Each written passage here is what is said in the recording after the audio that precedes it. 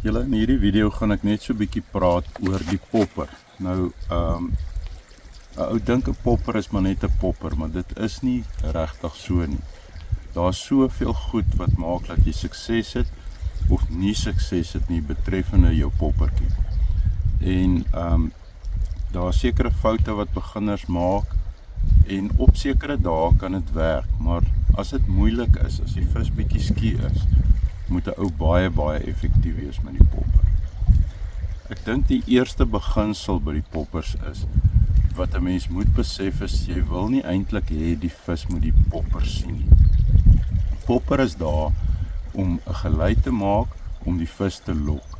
Dan moet die vis natuurlik jou toffie vat, of dan nou die nuwe plat Anna toffie, afhangend wat jy gebruik. So die popper moet nie gesien word deur die vis. Dit is die eerste beginsel.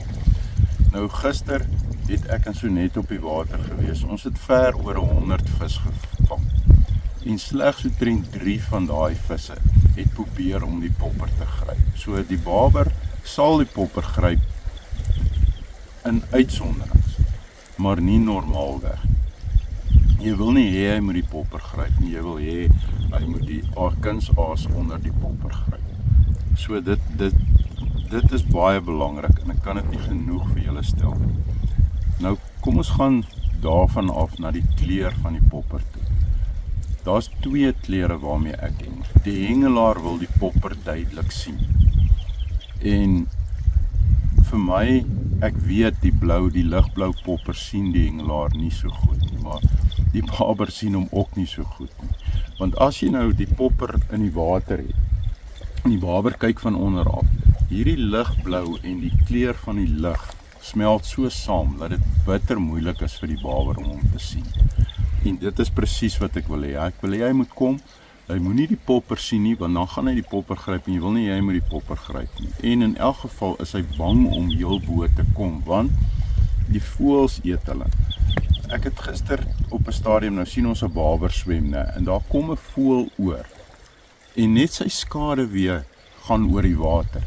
Maar duik daai baber af onder toe. So voëls is 'n afskrikmiddel vir die babers. Onthou, die baber was klein en hy het geleer enige gevare in die bowater om op te let daarvoor. So hy is nie so gemaklik heel bo nie. Ja, met tye sal hy bo eet, maar hy kom gewoonlik net vinnig op vir asem en dan gaan hy weer af.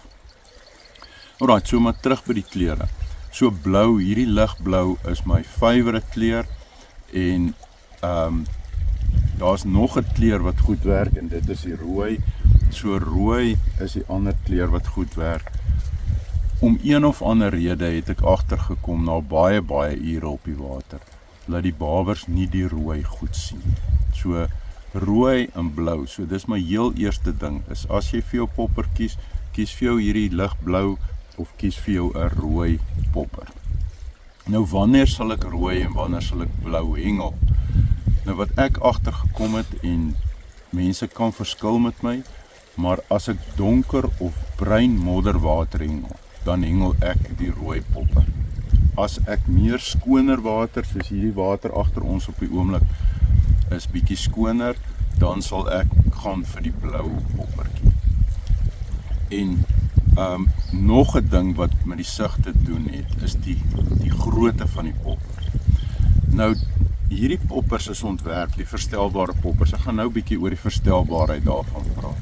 Maar die verstelbare popper is so ontwerp, dat hy die kunsaas presies dra. En hierdie kunsaas sak stadig, en dit is wat maak dat die baber omvat. As jy 'n swaar ding hierso sit, gaan hy net onmiddellik sak en daar so hang. Maar as hy stadig sak, is dit beweging in die baber gryp hom. So as jy pop, lig hy so half op, en dan sak hy stadig af. So dit is die aksie wat maak, dat die baber baie keer die popper vat. Nou, die dorsalvis poppers en die kunsase is so ontwerp dat hulle presies gebalanseer is. So hierdie popper gaan presies so in die water sit, en as jy pop, dan kap sy kop die water, en dan maak hy daai geluid. En afhangend van hoe jy jou stok beheer, gaan hy verskillende geluide maak. Maar baie belangrik nou, ons praat oor die grootte. So jy gaan so klein as moontlik met jou popper, want weer eens, jy wil nie hê die baber moet hom sien nie. So hoe kleiner, hoe beter. So die dorselvis small poppers is ontwerp dat hulle die klein toffie en die groot toffie kan vat, sowel as die plat Anna toffie. So, en hulle gaan krities presies op die regte plek hang so. Sodra jy nou byvoorbeeld 'n dorselvis popper vat en jy hang 'n ander tipe toffie of iets, dan gaan jy sien hy gaan dit doen. Want hy's nie krities gebalanseer nie. So baie ure in die ontwerp daarvan ingesit om dit presies reg te kry. So my ding is, wanneer gaan ek dan nou 'n groter popper gebruik? Ek gaan net 'n groter popper gebruik wanneer die water baie rof is. As die water is soos wat hy nou hierso is, en selfs rower as dit, sal ek nog steeds by die klein, solank ek met die kleintjie kan regkom en my popgeluid kan uitkry uit hom uit, sal ek met 'n kleiner popper gaan. So dis my nommer 1 keuse. Ek sal net met 'n groter popper gaan as die water baie rof is en ek kan nie met die kleintjie die regte geluid uitkry nie. So ligblou en rooi en so klein as moontlik, altyd so klein as moontlik. Nou, die volgende rede, hierdie kap van die popper is baie spesifiek ontwerp om 'n baie spesifieke geluid in die water te maak. En ja, sekere tye sal die baber enige geluid, jy kan 'n kurkprop gooi, jy kan enige iets gooi, en as hy daai geluid gooi, gaan hom lok en hy gaan vat, hy's in 'n aggressiewe mode.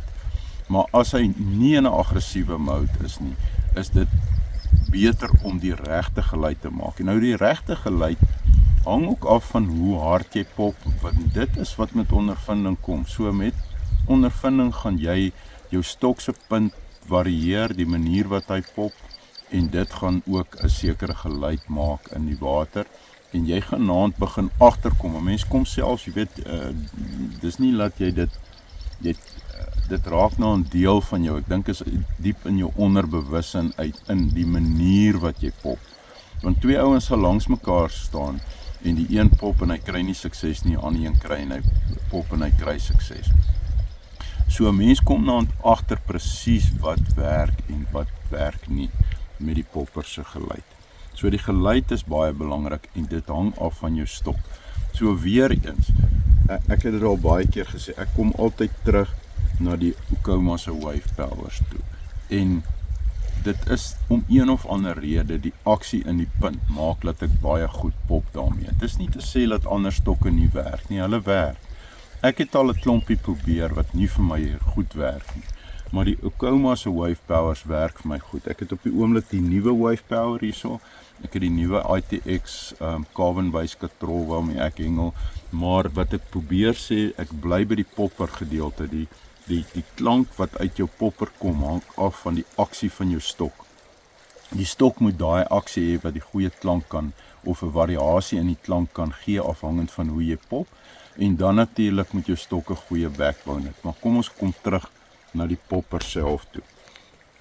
So hierdie poppers is ontwerp om verskillende klanke te kan maak, en ons het baie met die kap geëksperimenteer. Platter, dieper, groter, kleiner, tot ons 'n balans gekry het wat baie goed werk. So dit is wat die popper op die oomblik is.